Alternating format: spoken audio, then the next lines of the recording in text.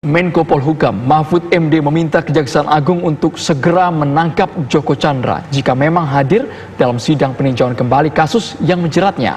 Sebelumnya, Joko Chandra diketahui mendaftarkan PK di Pengadilan Negeri Jakarta Selatan. Padahal, ia telah menjadi buron kasus korupsi pengalihan hak tagih atau Cassie Bank Bali sejak tahun 2019.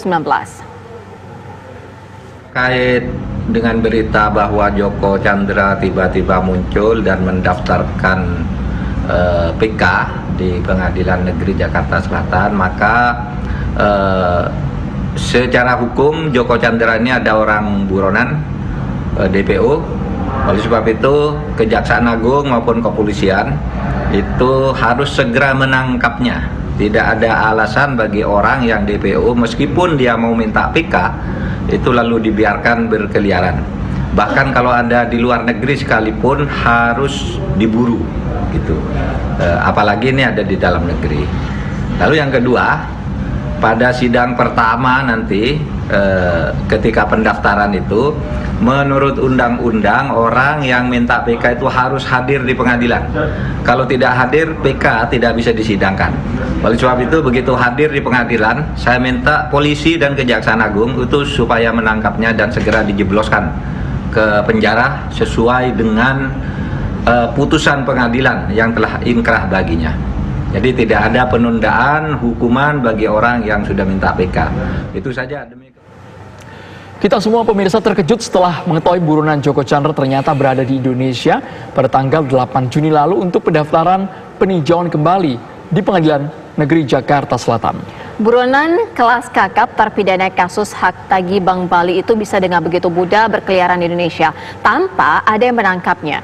Jaksa Agung ST Burhanuddin terkejut sambil menyampaikan curahan hatinya di dalam rapat kerja dengan Komisi 3 DPR RI. Sementara Menko Polhukam Mahfud MD memerintahkan Kejaksaan Agung maupun kepolisian menangkap Joko Chandra yang kini telah menghilang entah kemana. Bagaimana bisa buronan kakap Joko Chandra seakan mempermainkan aparat hukum dan kewibawaan negara Indonesia?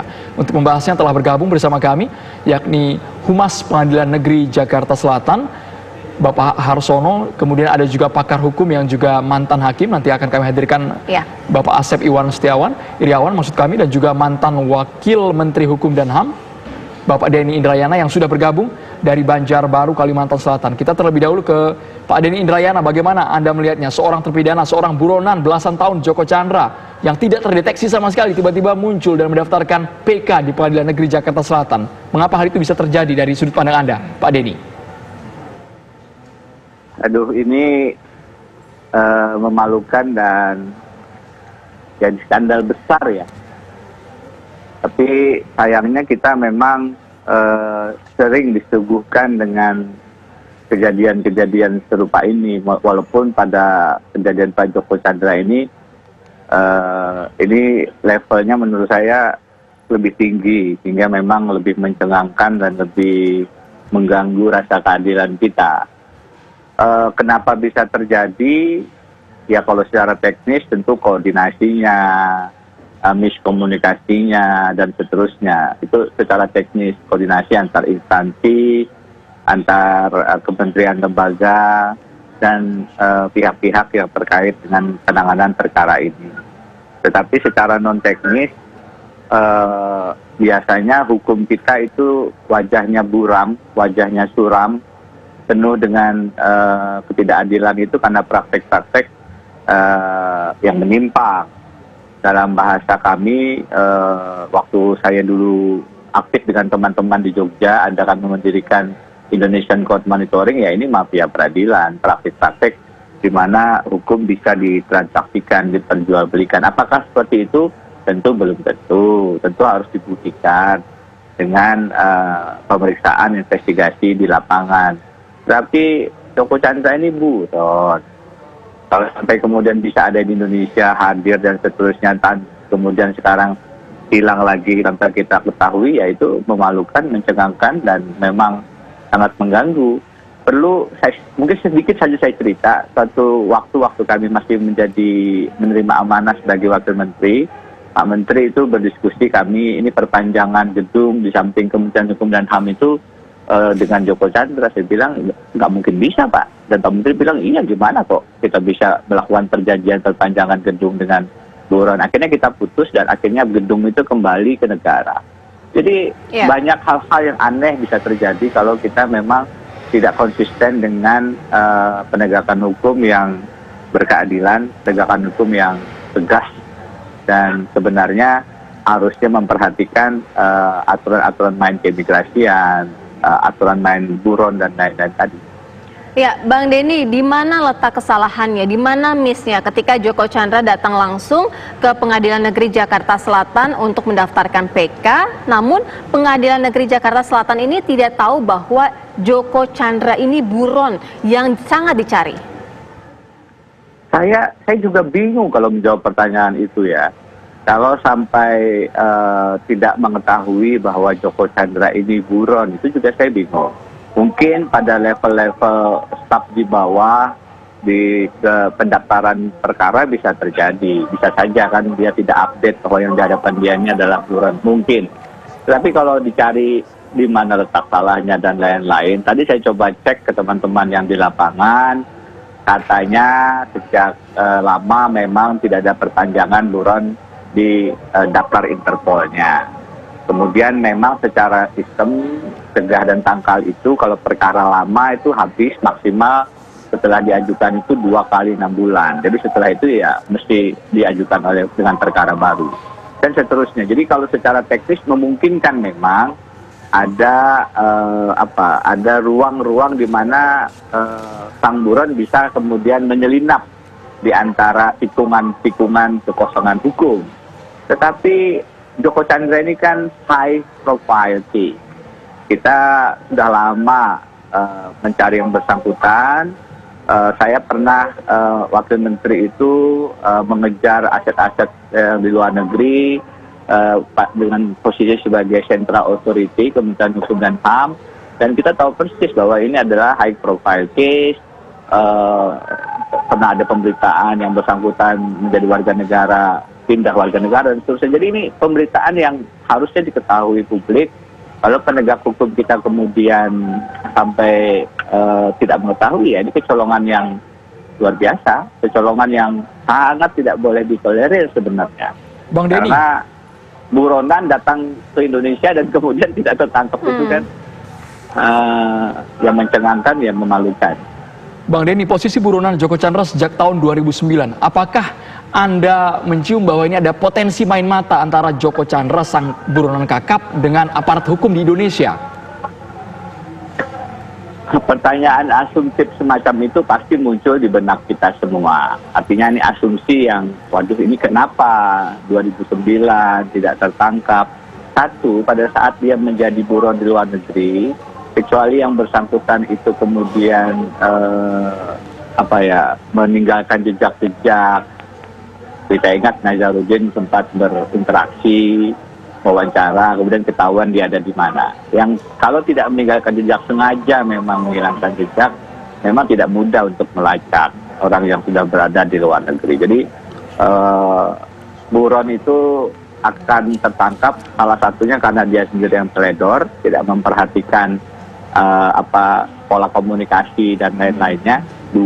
Yang kedua ya karena yang mengejarnya kemudian tidak serius karena berbagai faktor, karena kapasitas untuk ilmu untuk pengejarannya belum dapat, karena integritas yang problematik. Jadi kalau yang tadi ditanyakan apakah ada kemungkinan tidak tertangkapnya itu karena persoalan-persoalan bermain mata, itu faktor integritas. Nah, yang mana yang terjadi dalam kasus Joko Chandra saat ini saya tidak bisa menganalisis lebih jauh karena tentu harus dilihat data-datanya bagaimana. Saya pikir ini harus diselidiki dengan sangat luar biasa. Ada tim khusus lagi, ya minta maaf ya, kita mungkin seringkali membentuk tim, tapi ini perlu dicari akar masalahnya di mana, letaknya di mana, sehingga seorang buron yang kemudian datang bisa melenggang kangkung sedemikian saja dan tidak ditangkap di tanah air. Baik, Bang Denny saat ini juga sudah bergabung bersama kami melalui sambungan telepon. Ada pegiat anti korupsi, aktivis dan juga pendiri Lokataru, Bang Haris Azhar sudah tersambung. Selamat petang Bang Haris. Selamat petang. Bang Haris, kita berbicara soal buronan kakap Joko Chandra. Anda melihat kemungkinan apa yang terjadi sehingga Joko Chandra ini begitu licin, susah disentuh aparat hukum? Licinnya kan juga berimbas ke dalam institusi penegak hukum. Jadi makanya dia nggak terdeteksi. Begini, ini DPO ini kan sebetulnya banyak orang di DPO kan dengan sengaja supaya nggak di. Jadi kasusnya nggak di. Biasanya kalau dalam beberapa kasus ya. Saya kebetulan sempat harus dengan dekat berurusan dengan beberapa kasus yang ada DPO-nya. Gitu. Kelihatannya memang DPO itu dalam situasi di langit enggak, di bumi enggak, jadi di DPO kan saja. Maksudnya apa itu? Kasusnya diberhentikan nggak bisa, tapi jangan diproses hukum dong, gitu. Jadi DPO aja kalau di proses hukum enggak, ya kan? Ditangkap di proses hukum enggak, dibebaskan juga tidak. Jadi apa, DPO aja. Gitu. Jadi surat DPO, jadi pendPO-an itu by consent, dengan kesadaran. Itu adalah titik temu negosiatifnya seperti itu. Itu banyak. Saya sekarang lagi nanganin satu kasus yang diduga merugikan satu BUMN gitu ya, ditangani di Mabes Polri. Orangnya ada di Jakarta. Bisa deh. Saya udah punya saksi-saksi yang tahu betul dia ada di Jakarta sama mata DPO. Tapi sama pihak polisi Mabes Polri juga nggak di apa-apain itu. Lalu Nur Hadi kemarin, buronan KPK, Harun Masiku. Apa progres pencarian KPK? Nggak ada juga. Tapi Nur Hadi ketangkep, bisa. Jadi begitu mau dikerjakan boleh bisa. Dan orangnya ada yang kemana-mana. Di Makassar ada Jentang, itu akhirnya ketangkep beberapa bulan lalu. Tapi ya sempat sebelumnya rame keluar masuk di Mega Kuningan, di gedung apa, di salah satu apartemen, tertangkap kamera. Jadi DPO ini bukan karena orangnya kayak film-film Hollywood yang bisa menghilang kayak film kartun itu atau film-film American Heroes itu, bukan. Bang Haris, artinya Joko Chandra sebagai buronan kelas kakap ini tidak akan ditangkap? Dia dapat fasilitas untuk dibiarkan. Fasilitasnya adalah dibiarkan dengan status DPO. Tapi kan status DPO seperti ini juga, Bang Haris. Status DPO kan orang yang diburu, orang yang harusnya diburu kemudian ditangkap, dijebloskan ke pengadilan terlebih dahulu untuk menjalani persidangan. Kan begini, Bos.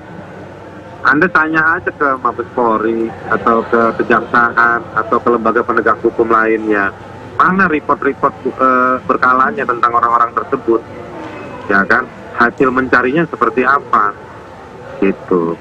Dugaan saya nggak ada, dan mestinya ombudsman atau komisi-komisi yang maha wewenang itu kayak kayak Kompolnas, Komjak. Mana mereka pernah periksa nggak? Kan enggak, kan nunggu laporan aja. Kalau masyarakat kasus-kasus korupsi itu kan jarang berurusan sama direct victim gitu ya. Jadi nggak ada orang yang merasa berkepentingan kadang-kadang untuk segera meminta diperiksa, dicari, itu nggak ada. Nah itu situasi-situasi ini ranah abu-abu yang dimanfaatkan oleh orang-orang tersebut. Padahal sebetulnya kalau dia DPO itu artinya kasus tidak bisa berjalan dengan orang itu tidak ada. Oleh karenanya harus dicari, karena syarat untuk mengadili in absentia tidak terpenuhi. Nah, jadi harus dicari. Mana upaya mencari? Gitu. Misalnya gampang, dari berbagai hal itu bisa dicek. Budget penegakan hukum yang di ACC oleh DPR. Ada nggak budget untuk meneruskan kasus tersebut? Kalau dicek budgetnya, saya pasti curiga, saya ketemu, nanti kita bisa ketemu, nggak ada alokasi budget untuk mencari DPO. Kasusnya nggak pernah dihentikan, gitu. Tetapi dikerjakan juga enggak. Ya kalau nggak ada budgetnya, ya udah orang itu menikmati. Karena pada tingkatan yang sangat konkret, yang sangat materialistis, ya penegak hukum juga duitnya terbatas. Sekarang mau nangkep koruptor, nangkep para penipu di bidang bisnis dan lain-lain, itu kan duitnya gede-gede semua. Itu. Nah, dalam situasi-situasi tertentu justru para penegak hukum jika dia tidak kuat iman hukumnya, ya dia nanti malah justru mengambil kenikmatan itu. Ya, Bang Haris, saat ini Menko Polhukam sudah mengatakan bahwa jika Joko Chandra datang dan sidang PK itu harus dihadiri oleh Joko Chandra, artinya harus bisa segera ditangkap. Bang Haris melihatnya seperti apa? Begini, itu omongan yang baik, tapi tidak cukup. Karena kita ini banyak antara yang muncul di media, di publik, di diskursus, di sosial media, dengan yang dalam real kerja-kerja administrasi keadilan, itu kadang-kadang nggak sinkron. Apa omongan Pak Mahfud dalam bentuk administrasi negara dan administrasi hukumnya yang berimpak langsung, ya kan? Itu baru bisa in concreto, konkretnya kalau misalnya dibeli omongan itu oleh Jaksa Agung Pak ST Burhanuddin. Nah, Pak Burhanuddin lalu memeriksa. Ada dua hal minimal yang harus dilakukan Jaksa Baik, Agung. Bang Haris. Pertama, misalnya memerintahkan segera ditangkap, dicari ditangkap. Yang kedua, memeriksa ada apa selama ini kok dibiarkan. Ini juga termasuk soal imigrasi. Kenapa imigrasi nggak pernah kasih laporan apapun? Baik, Bang Haris, itu nanti menjadi kita pertanyaan bahas. kita semua. Saat ini sudah bergabung juga bersama kita mantan hakim dan juga pakar hukum ini, Pak Asep Iwan Iriawan. Assalamualaikum, selamat sore, Pak Asep. Halo, Pak Asep sudah tersambung? Halo, Pak Asep Iwan. Sudah bisa mendengar suara kami dari studio, Bapak? Halo, Pak Asep Halo. Iwan. Pak Asep. Pak Asep. Baik, kita nanti akan mencoba kembali menghubungi Asep Iwan, nanti kita kembali bergabung. Saat ini kita kembali ke Bang Denny. Bang Denny, apa sebenarnya yang terjadi dengan pihak imigrasi yang sebenarnya harus menjadi screening utama ketika seorang buron kembali masuk di Indonesia?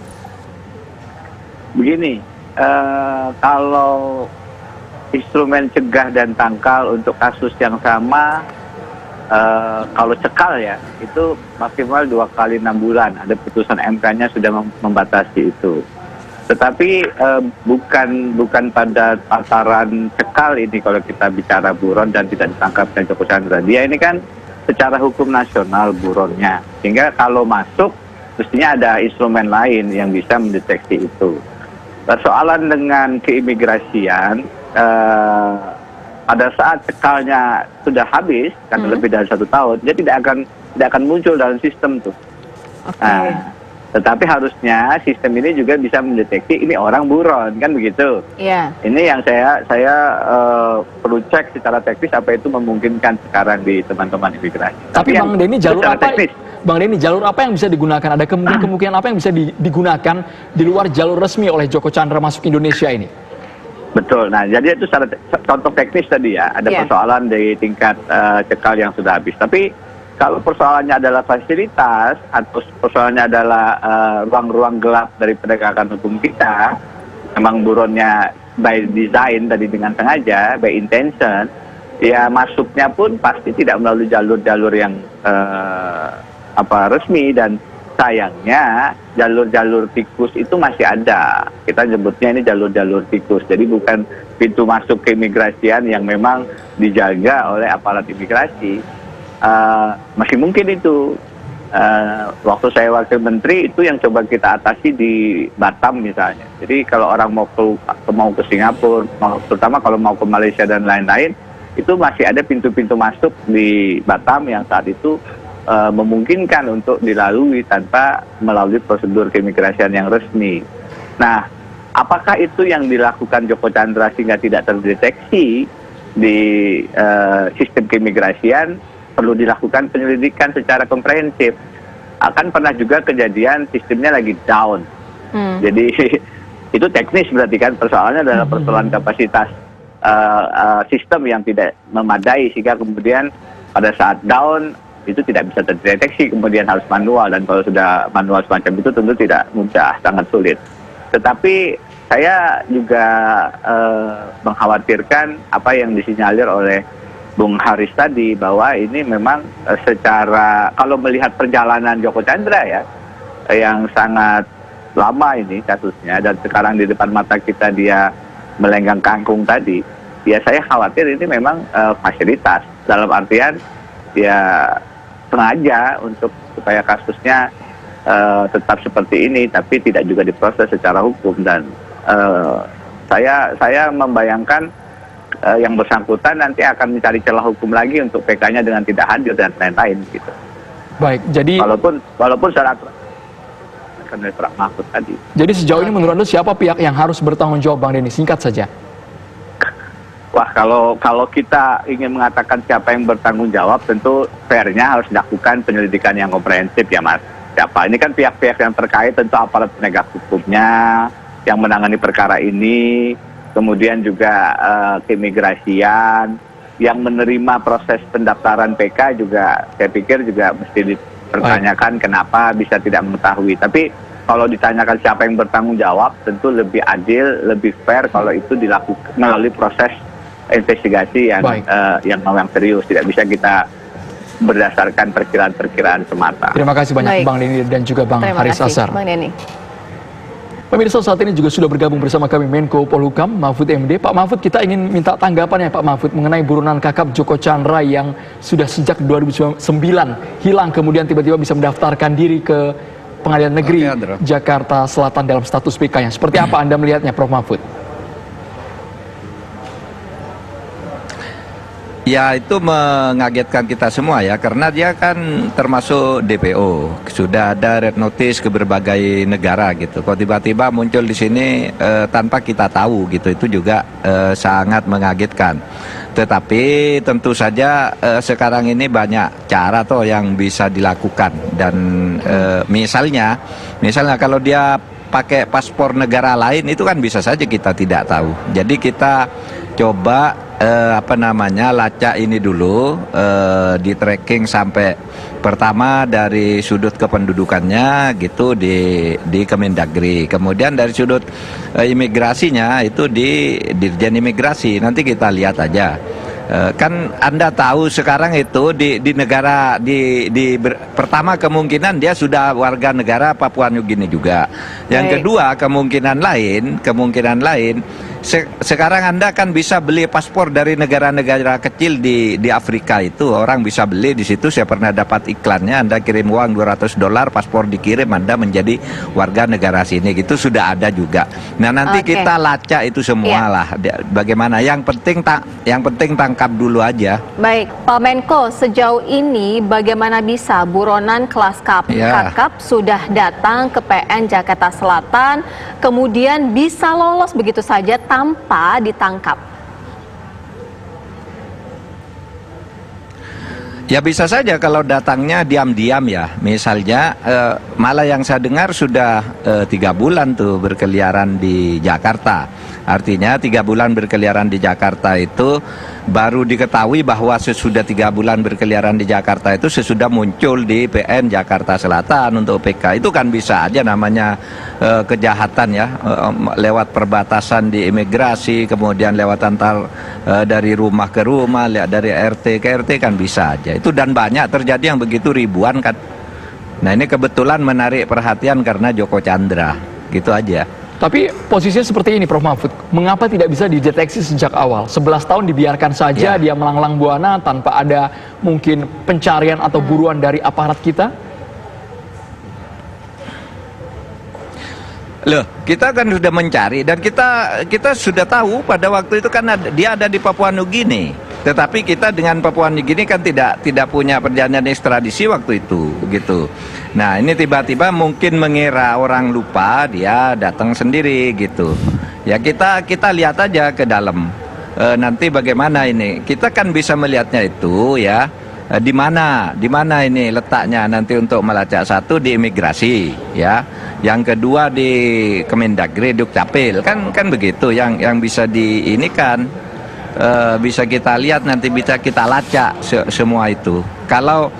Kalau saya percaya pada keterangan Menkumham dan Jaksa Agung. Jaksa Agung mengatakan, wah saya kaget nih, udah 3 bulan berkeliaran di sini saya kecolongan gitu. Oke, banyak orang bisa melakukan itu terhadap aparat. Namanya juga penjahat. Saya juga percaya pada Menkumham yang mengatakan, wah di sini tidak ada datanya bahwa dia masuk. Itu mungkin saja dia pakai paspor lain gitu, bukan paspor yang dia miliki, karena paspor yang dia miliki, paspor Indonesianya kan udah mati. Oke. Gitu. Pak Menko, kalau tadi dikatakan bahwa Menkumham, kemudian Kejaksaan Agung juga mengatakan kecolongan. Ini artinya di mana kita harus mencari Joko Chandra? Apakah intelijen kita juga tidak bisa dikerahkan untuk mencari sosok Joko Chandra? Ya sekarang mulai dikerahkan dong begitu dia muncul. Ya selama ini kan pakai red notice saja. Red notice itu artinya kita memberikan nota melalui Interpol, polisi antar negara itu, agar kalau ada orang ini masuk tolong ditangkap dan serahkan kepada kami karena dia sudah punya vonis. Dan yang begitu kan banyak yang berhasil. Dulu pernah dijemput oleh Pak Sutioso juga pernah ada. Pernah juga kita jemput Nasaruddin dulu. Ya ada yang belum berhasil, ada yang tidak berhasil. Mungkin dalam waktu dekat akan ada lagi yang kayak gitu. Ada yang kayak Joko Chandra, ada yang bisa ditangkap dan sebagainya. Tapi dengan peristiwa ini kita mengatakan ke kepolisian, ke Kejaksaan Agung, ke Menkumham gitu ya, supaya red notice yang sudah pernah dikirim orang yang DPO itu sekarang mulai ditelisik lagi satu persatu jejaknya, gitu aja. Tapi Prof Mahfud, kalau untuk upaya hukum PK di PN Jakarta Selatan, apakah semestinya diterima oleh Mahkamah Agung, peluang itu masih besar, atau fokus kepada penangkapan terlebih dahulu kemudian kembali ke kasus sebelumnya, dianggap sah tidak proses hukumnya, Prof Mahfud? Begini, soal Mahkamah Agung itu proses sendiri yang tidak bisa kita campuri. Kita tidak boleh melarang dan tidak boleh menyuruh Mahkamah Agung itu mempercepat atau memperlambat proses PK-nya itu. Tetapi menurut hukum, PK itu harus datang sendiri. Ya, menurut hukum PK itu harus datang sendiri. Nah, pada saat itu pengadilan harus bekerja sama. Kalau dia mau datang, beri akses, beri peluang kepada polisi atau kejaksaan di Indonesia untuk menangkap dia di pengadilan. Soal PK mau jalan aja, tapi dia dipenjarakan dulu karena dia sudah dijatuhi hukuman 2 tahun penjara dan sudah inkrah gitu. Iya, Pak Menko, artinya ketika Joko Chandra datang ke PN Jakarta Selatan untuk mendaftarkan PK, tidak ada komunikasi, atau mungkin PN Jakarta Selatan ini tidak mengetahui sosok Joko Chandra atau tidak mengkomunikasikan bahwa ada Joko Chandra dengan kasus ini yang mendaftarkan PK. Saya tidak tahu, itu urusan pengadilan Jakarta Selatan ya. Mungkin enggak juga ya, bisa setiap saat dia buka kantor kepaniteraannya buka, lalu ada orang PK secara tiba-tiba, itu bisa juga. Dan kalau berkomunikasi lebih dulu, ya mungkin tidak lah, kan bodoh banget orang mau PK itu lalu berkomunikasi ke kejaksaan, ke kepolisian gitu, atau ke pengadilan, kan enggak juga. Pengalaman saya, orang datang PK itu bisa langsung saja, meskipun kadangkala teriak-teriak dulu untuk membangun opini. Kalau ini kan tidak bisa membangun opini dulu, kan dia buron kok. Tapi kami sepakat apa yang dikatakan Prof Mahfud, gitu. Ketika harusnya tiba di PN Jakarta Selatan, harusnya langsung ditangkap oleh aparat kita kan, Prof ya? Ya, seharusnya. Baik, lalu saat ini Prof, yang menjadi tanda tanya, kita juga tidak tahu posisinya ada di mana, meskipun kabarnya di Indonesia, tapi masih terus dideteksi. Saran Anda seperti apa, Prof, agar antar lembaga, antar kementerian ini bisa saling berkoordinasi untuk segera menangkap Joko Chandra? Ya mudah-mudahan cukup lancar, berhasil gitu, seperti kita menangkap beberapa orang yang lain gitu. Misalnya Nur Hadi kan yang dianggap ini orang tidak bisa ditangkap, akhirnya bisa juga. Yang itu mudah-mudahan bisa juga. Saya kira polisi, kemudian BIN, kemudian Kejaksaan Agung, bahkan Kementerian Luar Negeri kan punya intelijen seperti itu. Iya. Prof, artinya juga nanti akan ditelisik gitu lebih lanjut kenapa pada saat Joko Chandra datang di Pengadilan Negeri Jakarta Selatan tidak ada dari Pengadilan Negeri Jakarta Selatan yang berkoordinasi dengan Kejaksaan Agung dan lain sebagainya. Ya, nanti tetapi memang tidak ada keharusan sih. Memang kita tidak punya hubungan struktural antara Kejaksaan Agung dan Kementerian dan Mahkamah Agung gitu. Mereka bekerja menurut hukum acaranya sendiri, mereka bekerja menurut aturannya sendiri. Kalau ada orang datang kan tidak juga harus diberitahu ke Kejaksaan Agung, meskipun akan lebih baik kalau diberitahu. Tapi kalau panitranya tidak ngerti gimana bahwa ini Joko Chandra itu dan sebagainya. Apalagi itu sudah lama ya, udah 11 tahun dia menghilang. Mungkin kalau panitera-panitera yang masih baru gitu tidak terlalu mengikuti kasus itu. Baik, kalau Prof Mahfud sendiri, Prof, dari Menko Polhukam, apakah merasa kecolongan akan adanya buronan kakap Joko Chandra yang tiba-tiba muncul di Indonesia ini, Prof? Ya, kalau saya sih enggak, artinya yang begitu tuh banyak, cuma kita baru tahu yang satu. Dan itu bukan hanya Indonesia ya, bukan hanya Indonesia. Saya kira di mana-mana penjahat begitu tuh ada. Pokoknya lepas dari merasa kecolongan atau tidak, orang ini harus segera dicari dan ditangkap. Dan menurut saya tidak sesulit mencari Nur Hadi, mencari orang ini. Baik, terima kasih banyak. Imigrasi terutama ya, karena dugaan saya itu punya paspor bukan paspor Indonesia yang dipakai masuk ke sini. Baik, terima kasih banyak Menko Polhukam. Baik, Prof terima Mahfud MD kasih. sudah bergabung di Kabar Petang. Terima kasih Pak Menko.